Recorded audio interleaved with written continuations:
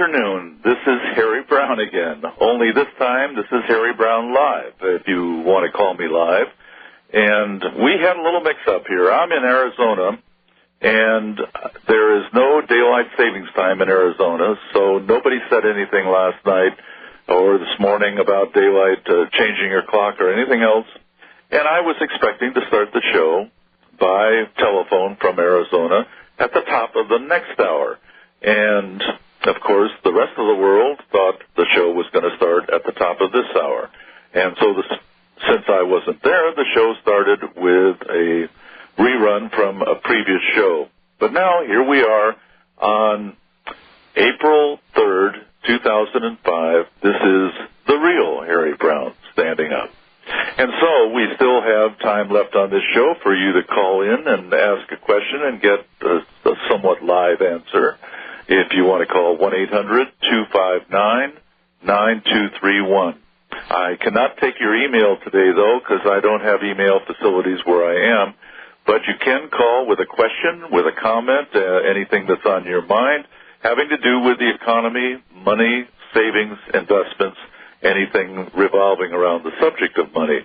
And again, the phone number is 1-800-259-9231, and I'll be glad to hear from you.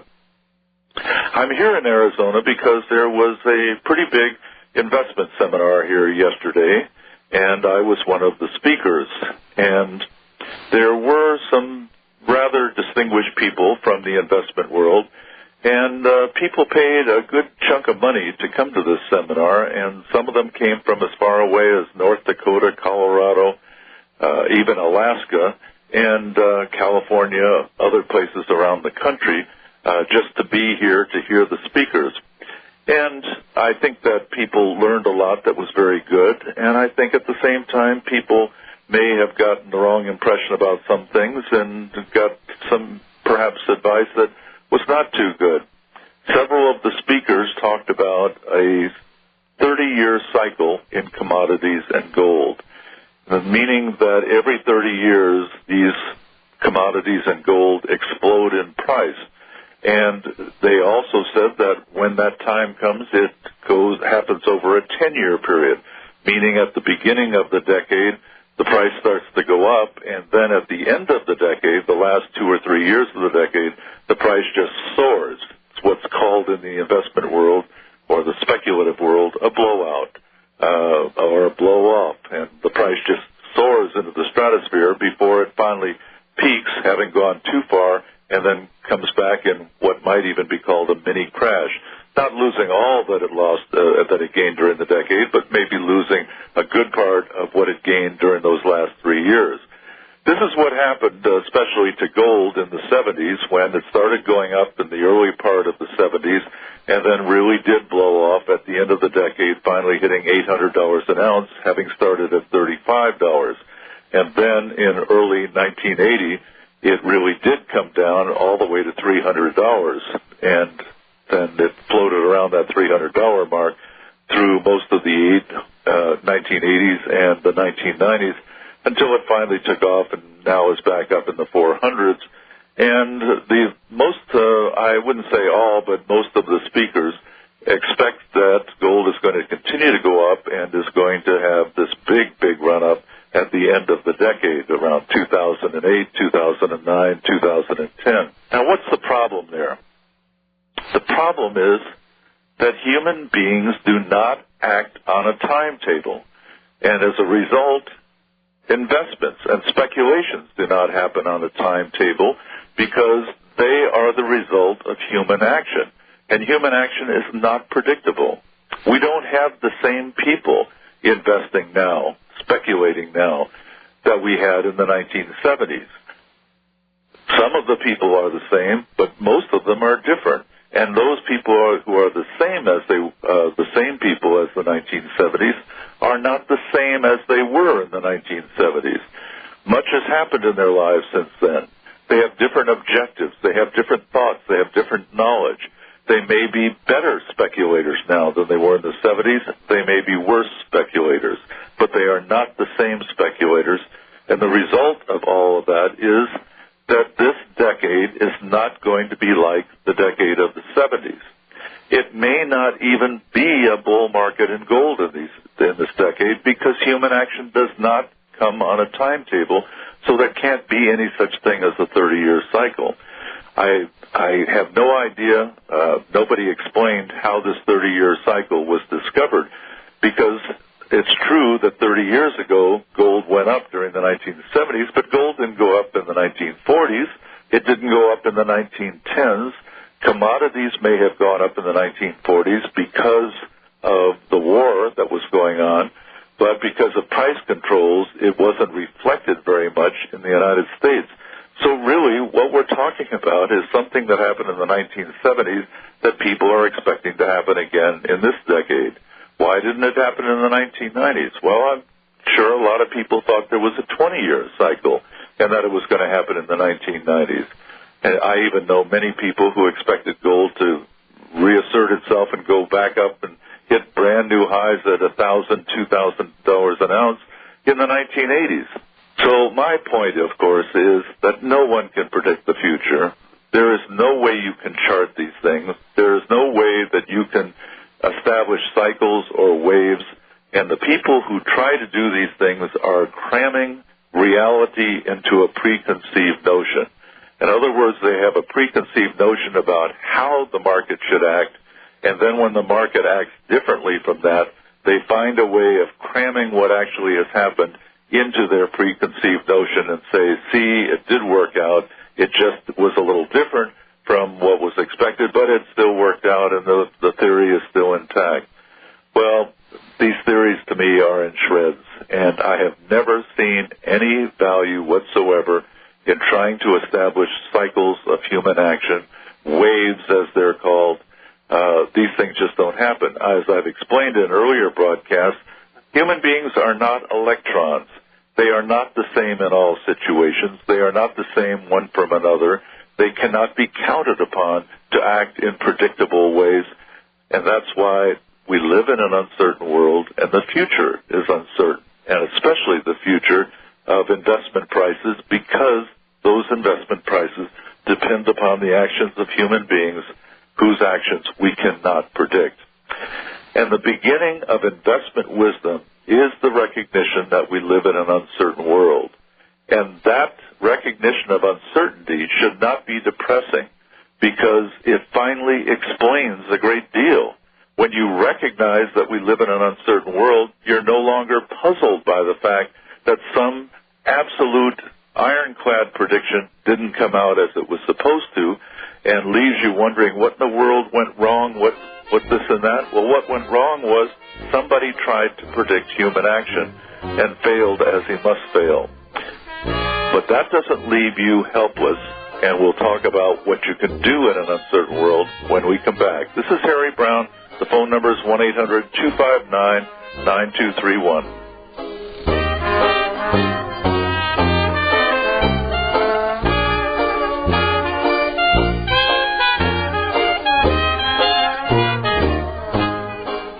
This is Harry Browne. My book, Fail-Safe Investing, will tell you what you need to know to create your own bulletproof investment portfolio, one that will protect you whatever the future brings, prosperity, inflation, recession, even depression. And it will protect you without your having to predict the future or tinker with the portfolio.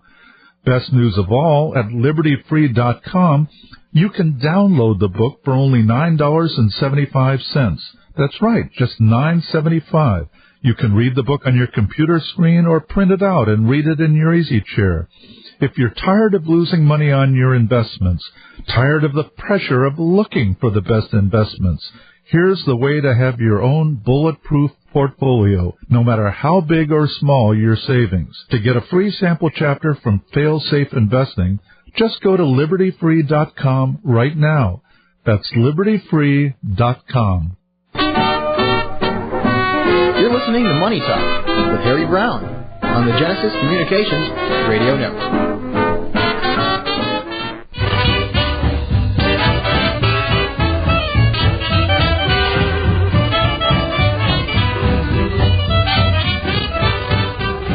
Well, welcome back. This is Harry Browne talking to you today from Arizona, USA.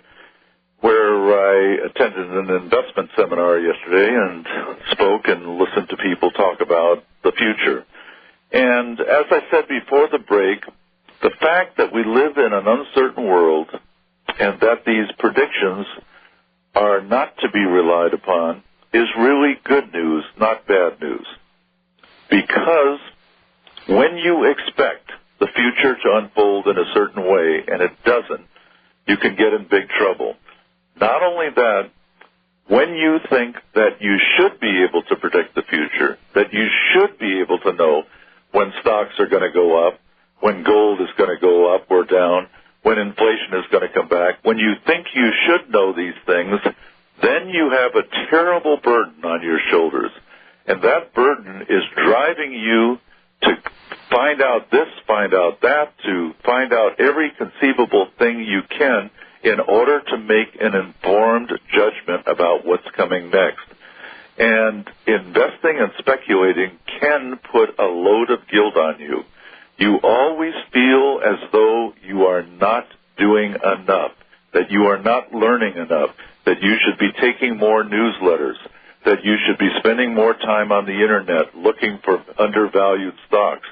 You should be doing this, that, or the other thing in order to be able to do better than you're doing now. But the fact of the matter is that all the knowledge in the world is not going to help you, because that knowledge is going to be obsolete 1 minute later, because people are continually changing, and the result of that changing creates the movements in investment prices that we see, and those movements are unpredictable. But when you accept the fact that you live in an uncertain world, you then accept next the idea that rather than trying to overcome uncertainty, which is what you may have been doing so hard and so diligently beforehand without any success, so instead of trying to overcome uncertainty, you now accept uncertainty and you ask yourself, how can I deal with uncertainty? Knowing that I can't predict the future, what can I do to make sure that I am safe regardless of what happens? And that's, of course, where my permanent portfolio concept comes in. If you have a balanced and diversified portfolio, then you are in a position to be able to say to yourself, I know that if we have prosperity, I will profit from it. I know that if we have inflation, I will still be able to profit from it. I know that even if we have an all-out deflation, if the bottom falls out of the economy and it goes straight down like it did in the 1930s, I'll still be able to come out all right because of my balanced and diversified portfolio. And then you can relax about all this. If you enjoy the game, you still can take some money that you can afford to lose and play with it and act upon predictions, your own predictions, or maybe the predictions of people whose newsletters you read or whose commentary you see on the Internet or who you've seen on CNBC on television. All that is fine as long as you're doing it with money that you can afford to lose. But the money that is precious to you, the money that you absolutely have to have for your children's college education or for your own retirement, whatever it may be, that needs to be balanced and diversified. And any attempt to decide what should go into it based upon what you think the market is going to do in the next few years is not investing, it's speculating. And you are ruining the idea of a balanced portfolio. A balanced portfolio is a package. In my view, it should be made up of equal parts of stocks, bonds, gold, and cash. And if you leave any part of those four elements out, leave any one of those four elements out, you don't have the package anymore. You are now speculating on what you think is going to happen next. If you say, I think bonds have gone up too far now, I don't see how they can go up anymore, so I'm going to wait until they come back down before I add bonds to the portfolio, then you don't have a balanced portfolio. What you have is a speculative portfolio, and you are betting that you can overcome uncertainty, that you know more than the market does, and you know that bonds are going to go down, and you're going to wait until they hit what you think is the bottom, and put them in. You can do that with money you can afford to lose, but in my view, you shouldn't do it with the money that you can't afford to lose. One of our sponsors, the Permanent Portfolio Family of Funds, uses the same philosophy in the form of a mutual fund. And it has more investments than the four that I mentioned, but it operates on the same principle of fixed percentages in different categories of investing that go far beyond just diversification in the stock market, but diversification across the board. And so in the process, they, like you, are seeking safety and stability. And that has proven to be an ideal alternative for people who cannot set up a portfolio on their own, either because they find it too difficult, as simple as it is, or because they don't really have enough money to be able to diversify. So they put $1,000 or $2,000 in the Permanent Portfolio Fund, which is ticker signal PRPFX, and you can find out more about it by putting that in at Yahoo's financial area on the internet, or just going to permanentportfolio.com, and you will get all the information that you need.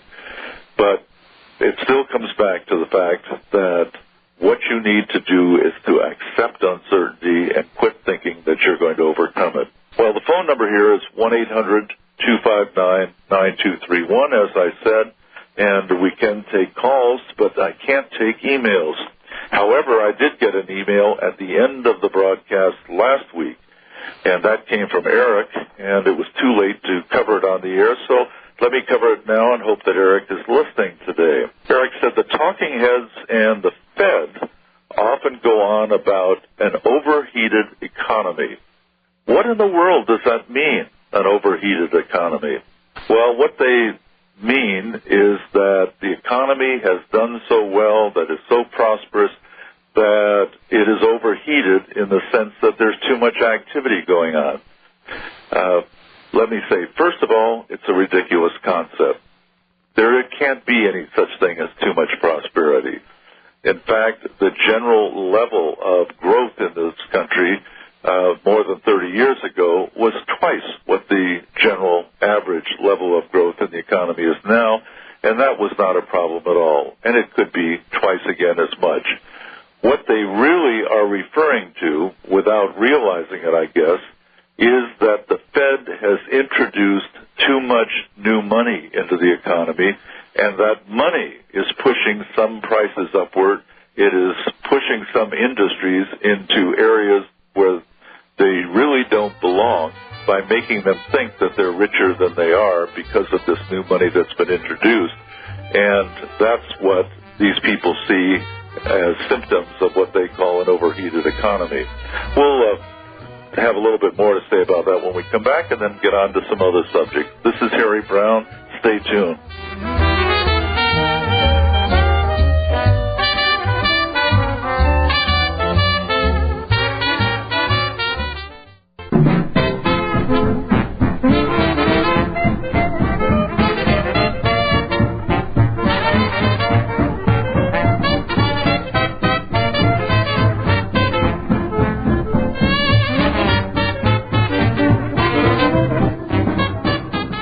Welcome back. Harry Browne here, and we still have 2 segments to go, so I hope you'll stay with me, and if you have a question or a comment, then give me a call. It's 1-800-259-9231. And we were talking about the economy and the possibility of it being, as they say, overheated.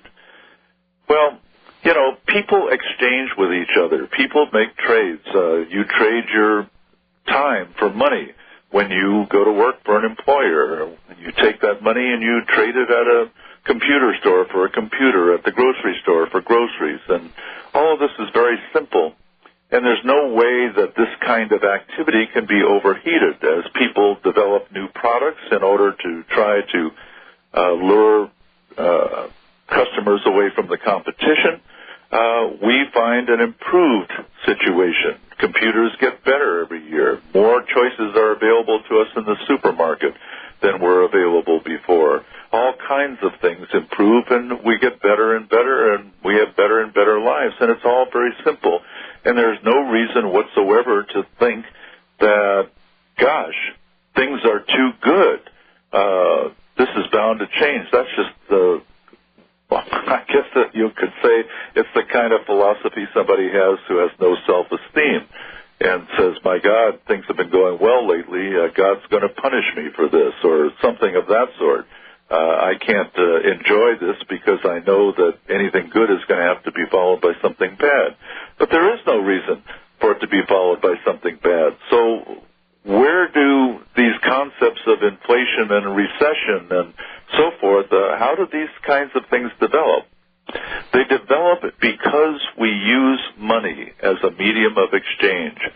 You do not just simply trade your labor to an employer and receive back from him products in exchange for your time. He gives you money, so many dollars a week, and you take those dollars out and you spend them at the supermarket or at the electronics store or for rent or whatever it may be, and that money is the medium of exchange. But where does the money come from?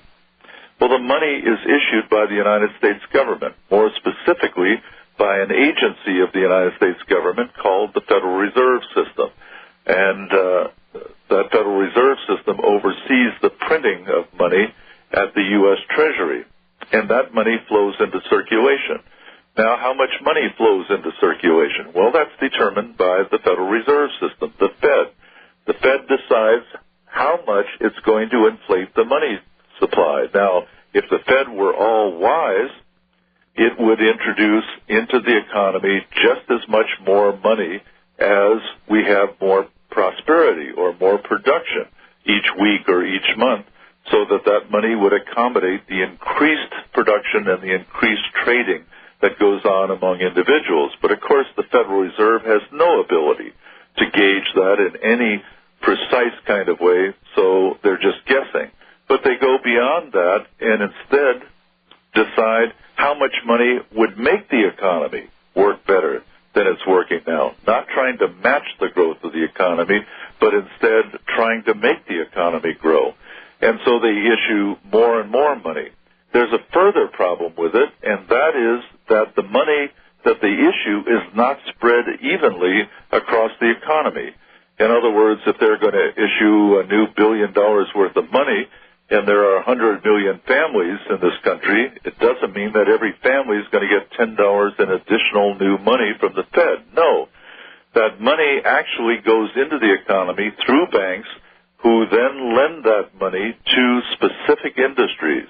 And the result is that there is a boom in certain industries that has been artificially created by the additional money that's been put into circulation. And that boom, being unrealistic, not being based upon an actual increase in wealth that's been created by that industry, and as such being artificial, it isn't likely to sustain itself. And after the industry has used that money that has been given to it, in effect, lent to it through the banks coming originally from the Federal Reserve, after it has used up that money, it cannot sustain itself, and that industry tends to fail, not completely, but to see a depression in that industry or a recession in that industry.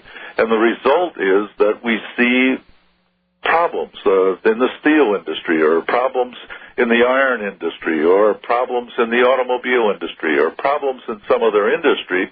And if it's widespread enough, we can see a general recession throughout the economy that's been created by the introduction of money, creating artificial prosperity in certain places that can't be sustained.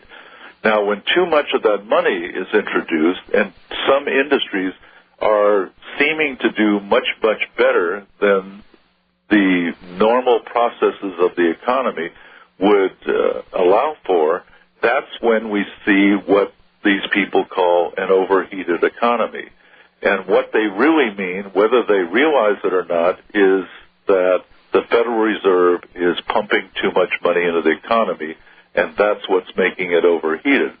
And when you get too much money into the economy, you get inflation. And when you try to stop the inflation, then you get severe consequences, which we'll cover in our final segment in just a minute. So stay tuned. This is Harry Browne.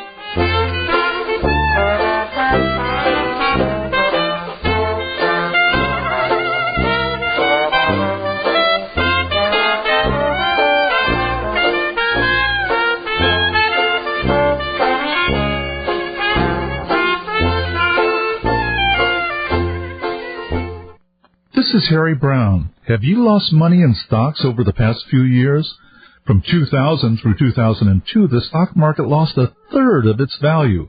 But during those 3 years, a bulletproof portfolio gained 9%. And over the past 34 years, such a portfolio gained an average of over 9% per year throughout periods of prosperity, inflation, and recession, with no wide swings in value. My book, Fail-Safe Investing, shows how you can have that kind of portfolio for yourself. And now you can download the book for only $9.75. You don't have to rely on alleged market wizards or stay up late worrying about your savings. Fail-Safe Investing will show you how to have the security that you crave. Go to libertyfree.com to see a sample chapter of Fail-Safe Investing, and then start protecting the savings you've worked so hard to acquire. That's libertyfree.com.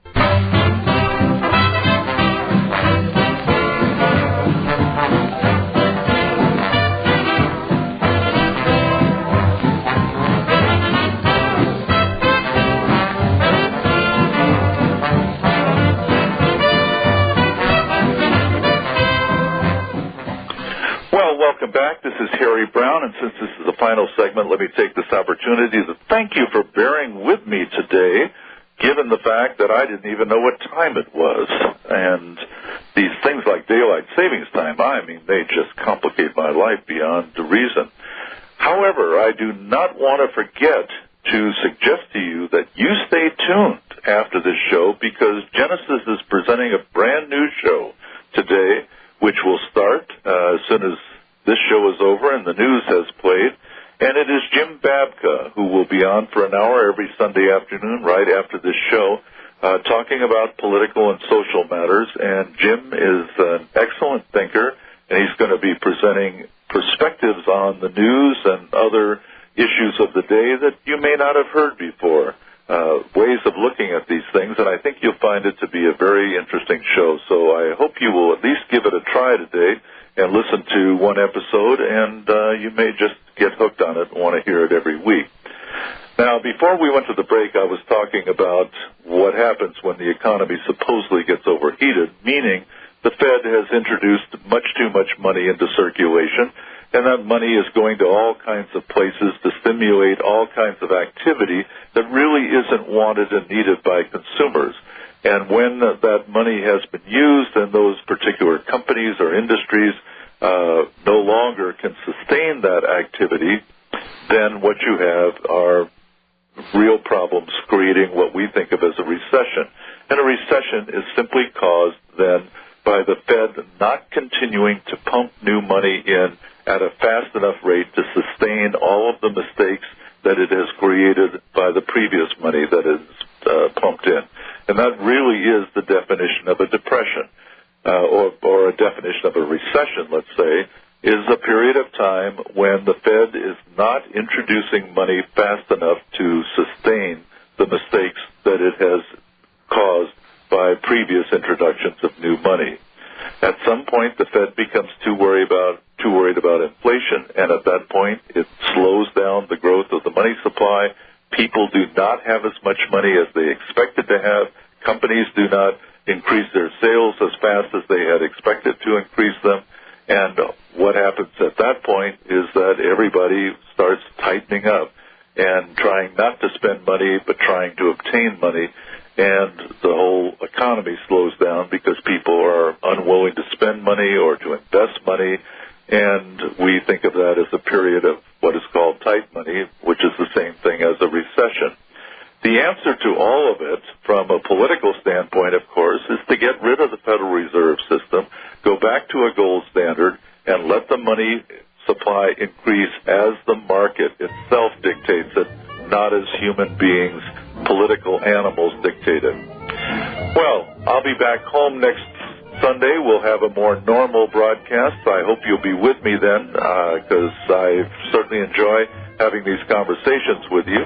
So all I can say is this is Harry Browne. Thanks for listening, and do come back. Come back.